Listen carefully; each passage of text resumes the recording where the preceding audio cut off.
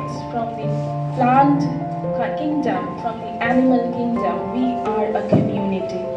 So this seminar will be giving us glimpses from Mother, from our revered speakers, more details to strengthen, to impart that resilience in students so that we can develop, we can flourish, we have a higher order purpose.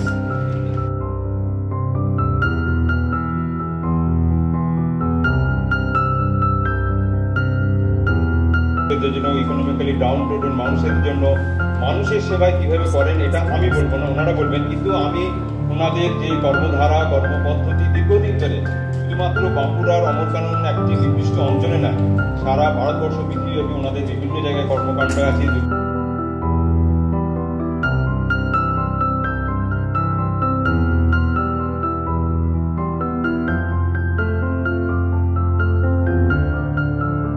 সত্যি ঘটনা, গল্প নয়, সত্যি কাহিনী, যেগুলো আমরা সচরাচর কেউ আলোচনার মধ্যে আজকের দিনে আমরা কিন্তু সেই আলোচনাগুলো করি না। কিন্তু একটা ট্রান্সফরমেশনেরই কথা বললেন, যে একজন বিপ্লবী কিভাবে ঋষি হলেন, একজন বেকার যুবক সে কিভাবে একজন বীর সন্ন্যাসী হয়ে অসংখ্য মানুষকে পথ দেখালেন।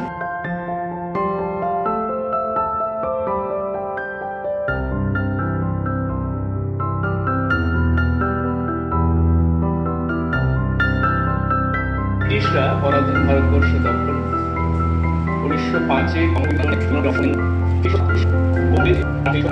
তোমরা একটু নিজেদের বসাও।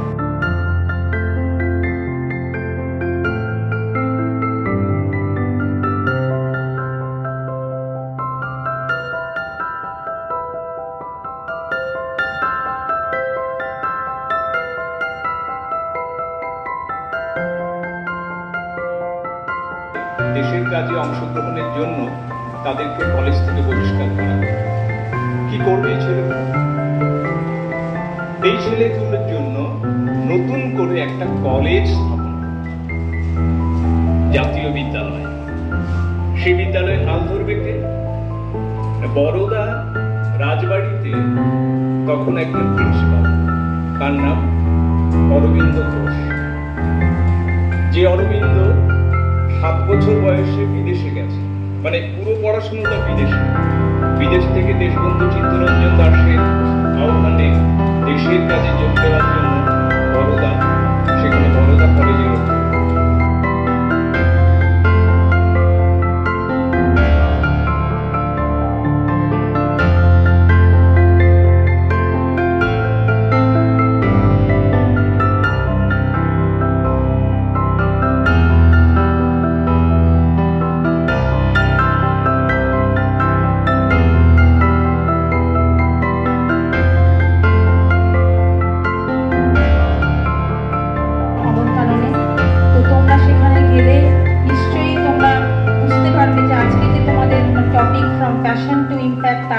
বাস্তব রূপায়ণ হচ্ছে সময়িতা মঠ।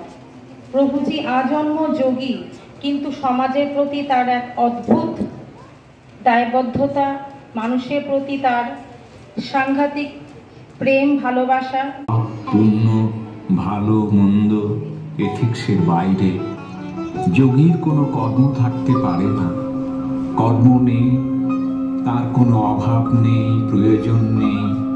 আবার অন্যদিকে বলছেন কর্ম আছেও, একটা ব্রত, একটা সংকল্প আছে, ভালো কর্ম, মহৎ কর্ম, ভ্যালু বেসড কর্ম, সমাজের জন্য, মানুষের জন্য কর্ম। একটা এথিক্স আছে, প্রকৃতির, প্রভুর অনুশাসন আছে,